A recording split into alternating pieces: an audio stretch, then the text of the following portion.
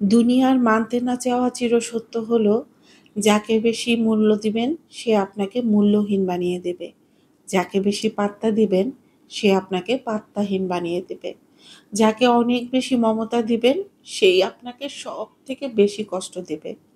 আর যাকে আপনি ভালোবেসে বুকে আগলে রাখতে চাইবেন সে আপনার পেছন থেকে ছুরি মারবে।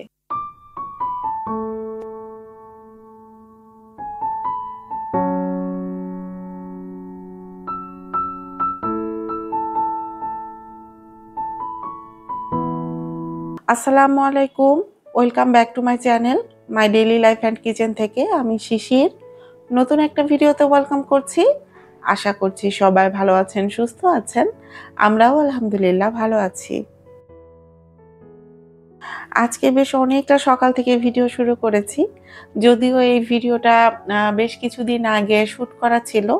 লাগাতার একইভাবে ব্যস্ততার মধ্যে আছি, এটা ভিডিওতে বারবার বলতে ভালোও লাগে না, কিন্তু কি করা যাবে, জীবন তো ব্যস্ততাময় হয়ে গেছে।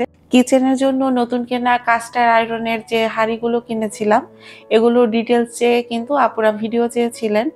কিন্তু আসলে এই কয়েকটা দিন কি রকম পরিস্থিতির ভেতর দিয়ে গিয়েছি, আমার সাথে যারা কন্টিনিউ যোগাযোগ রেখেছেন তারাই বলতে পারবেন। মানে আমার শাশুড়ি মায়ের একটা অপারেশন হয়েছে, পাশাপাশি সে একটু অসুস্থও ছিল। এদিকে সাফানের আবার জ্বর ঠান্ডা, ওর জ্বর ঠান্ডার সঙ্গে সঙ্গে আমারও জ্বর ঠান্ডা ছিল, আবার বিজনেসের ব্যস্ততা, সব মিলিয়ে আসলে ভিডিওটা যে শ্যুট করা, সেটা যে এডিট করে ভয়েস দিয়ে আপলোড দেব, সেই সময়টা আর হচ্ছিল না। রাতের বেলা চুলাটা ক্লিন করে রাখলে দেখা যাচ্ছে যে সকালবেলা একটা কাজ অন্তত কমে থাকে। তো রাতে আসলে চুলাটা পরিষ্কার করা হয়নি, তো সেই জন্য সকালবেলায় করে নিচ্ছি।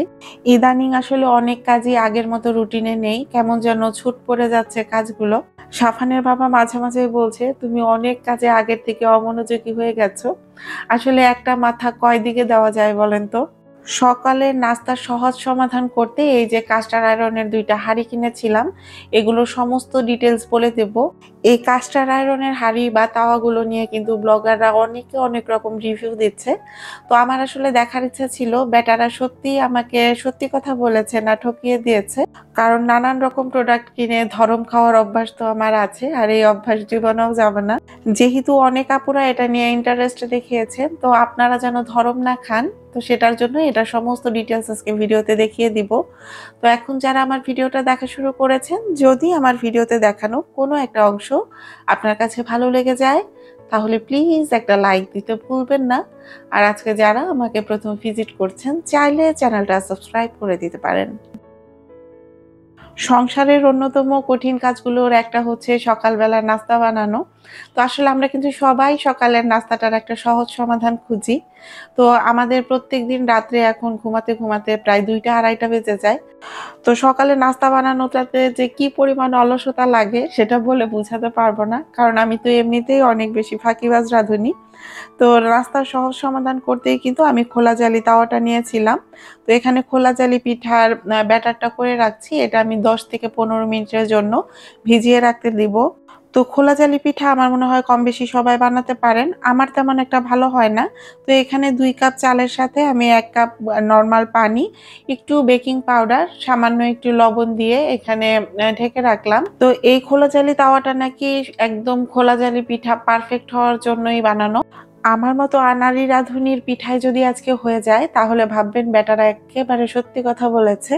তো তাওয়াগুলো কিন্তু সরাসরি ইউজ করা যাবে না, এগুলো একটু প্রসেসিং করে নিতে হবে। যদি শুরুতেই খুব সুন্দর করে তাওয়াগুলো প্রসেসিং করে নেওয়া হয়, তাহলে এগুলো দীর্ঘদিন ভালো থাকবে আর ব্যবহার করেও আরাম পাওয়া যাবে। তো আমাকে বলা হয়েছিল যেহেতু এগুলো কাস্টার আয়রনের তাওয়া, একটু খসখসে থাকবে, কিন্তু ঠিকঠাক মতো যদি প্রসেসিং করে নিতে পারি তাহলে এগুলো নাকি নন স্টিকের মতো কাজ করবে।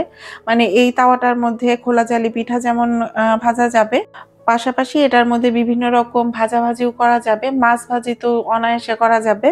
তো আমি সর্বপ্রথম একটা তারের মাজনি দিয়ে খুব সুন্দর করে ঘষে ঘষে 2টা তাওয়াই পরিষ্কার করে নিচ্ছি। তো কয়েকজন আপু এই 2টা তাওয়ার প্রাইস জানতে চেয়েছিলেন, তো এগুলোর প্রাইস নিয়েছিল 2000 টাকা, আর সঙ্গে ডেলিভারি চার্জ অ্যাড হয়েছিল। অনলাইন থেকে কোনো কিছু কেনাকাটা করলে যদি সেটা ভালো বের হয়, তাহলে আসলে সেটা রিভিউ দিতে আমার এত বেশি ভালো লাগে। তো আসলে ভালো জিনিসের রিভিউ দিতে আমি কখনো কার্পণ্য করি না। আর কোনো কারণে যদি ঠকে যাই সেটারও কিন্তু রিভিউ ভিডিওতে দিয়ে দেই। তো এই তাওয়াগুলো কোন পেজ থেকে নিয়েছি সেটা জানার জন্যও কিন্তু অনেক আপুরা নক দিয়েছিলেন। আমি কিন্তু প্রত্যেকটা আপুকে পেজের নামটা বলে দিয়েছি। আসলে মনের মধ্যে অনেক আশা নিয়ে হাঁড়ি ২ টা কিনেছি যে একদম সকালে ১০ মিনিটের মধ্যে ফটাফট সব নাস্তা বানিয়ে শেষ করে ফেলবো। সাফানের বাবার ঝাড়ি-ঝুড়ি একটু কম শুনতে হবে।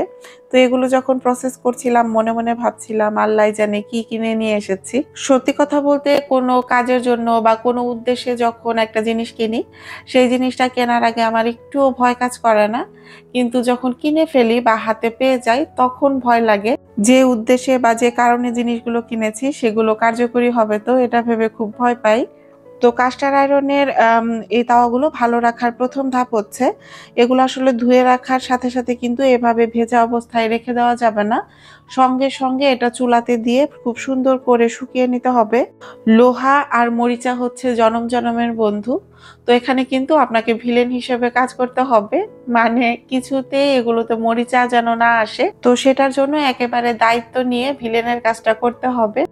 চুলাতে একেবারে হাই হিটে তাওয়াগুলো বসিয়ে রাখতে হবে যতক্ষণ না পর্যন্ত পানিগুলো একেবারে শুকিয়ে যায়। যতবার এইগুলো ইউজ করবেন ঠিক ততবারই কিন্তু এরকম ধোয়ার পর পানিগুলো শুকিয়ে ফেলতে হবে।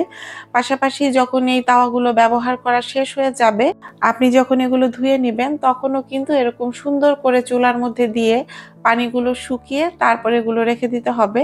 তা না হলে কিন্তু খুব তাড়াতাড়ি মরিচা এসে যাবে। তো আমাকে আসলে পেজ থেকে ঠিক যেভাবে ইনস্ট্রাকশন দেওয়া হয়েছিল সেভাবেই কিন্তু আমি স্টেপ বাই স্টেপ করে নিচ্ছি। তো এরপর হচ্ছে একটা বাটিতে আমি একদম ফ্রেশ সয়াবিন অয়েল নিয়ে নিয়েছি। তো আমাকে বলা হয়েছিল যে তাওয়াটার উপরের সাইড এবং ব্যাক সাইডে সমানভাবে অয়েল ব্রাশ করে দেওয়ার জন্য। তো আমি শুধু মানে উপরের সাইডটাতেই অয়েল ব্রাশ করে নিচ্ছি। ব্যাক সাইডটাতে আমি কোনো রকম অয়েল ব্রাশ করিনি।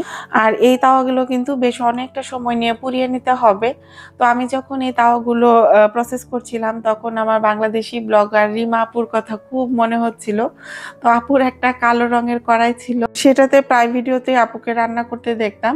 তো কেউ একজন কমেন্ট করেছিল, "ছি, ছি এরকম কালো কড়াইয়ে কেউ রান্না করে নাকি?"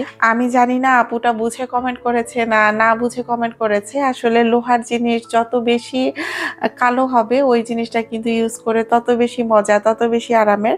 তো প্রায় ২০ মিনিটের মতো এরকম অয়েল ব্রাশ করে কিন্তু মিডিয়াম একটা আঁচে চুলাতে বসিয়ে রাখতে হবে। তো যেহেতু সকালবেলা ভিডিও শুট করছি, কাজের কিন্তু বেশ ব্যস্ততা আছে। ভিডিওতে সময় দিয়ে সংসারের কাজগুলো গোছানো কিন্তু বেশ অনেকটা সময়ের ব্যাপার। যেহেতু সকালবেলা উঠেই তামসার কাজ হাতে নিয়েছি, তো সেইজন্য ফাঁকে, ফাঁকে ঘরের অন্যান্য কাজগুলো করে নিচ্ছিলাম। মানে যে উদ্দেশ্যে জিনিসগুলো কিনেছি যে একদম ফটাফট নাস্তা বানাবো।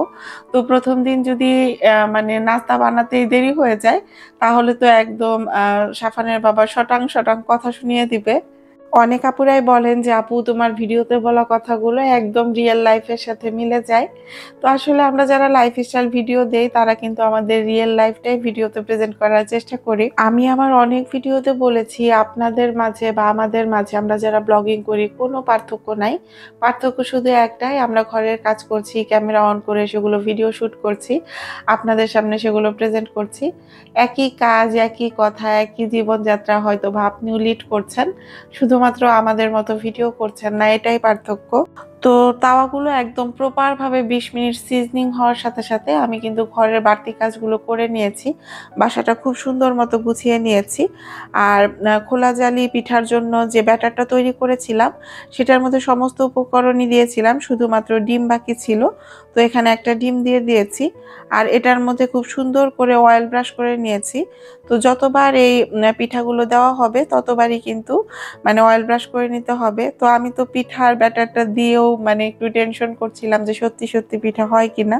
কারণ এর আগেও বেশ অনেকবার আমার খোলা জালি পিঠা বানানো হয়েছে। একদম পারফেক্ট হয়নি। হয়তোবা খাওয়া চলেছে। কিন্তু মানে খোলা জালি পিঠার যে একটা পারফেকশন সেটা কিন্তু একবারও আসেনি। তো আমি তো একদম অবাক হয়ে গিয়েছিলাম যখন পিঠাটা হয়ে গিয়েছিল। তো দেখেন এটা উঠানোর পরও কিন্তু তাওয়াতে একেবারেই লেগে যায়নি। খুব সুন্দর করে একদম ননস্টিক প্যানের মতো উঠে এসেছে।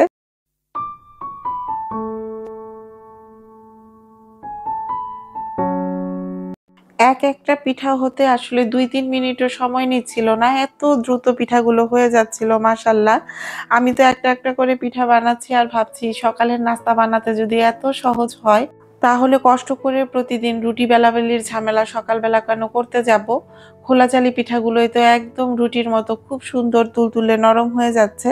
যতটুকু সময়ে যে কয়েকটা খোলা চালি পিঠা বানানো যাবে, আমার কাছে মনে হয় ওই সময়টাতে ২ টা রুটি বা ৩ টা রুটি হবে। আর সকালে উঠে চোখ কসলাতে রুটি, পরোটা কার এত শখ করে বেলতে ইচ্ছে করে বলেন তো? তো এই যে ৪ খোপের যে চিতই পিঠার তাওয়াটা নিয়েছি, এটার মধ্যে আমি একটু ডিম পোস্ট করে দেখছি। কারণ আমাদের সকালে যখন ডিম পোস্ট খাওয়া হয়, একসঙ্গে ২-৩ টা ডিম পোস্ট তো করতেই হয়। তো একটা তাওয়ার মধ্যেই যদি একসঙ্গে ৪ টা ডিম পোস্ট করে নেওয়া যায়, তাহলে কিন্তু সময়টাও অনেকটা বেঁচে যাবে।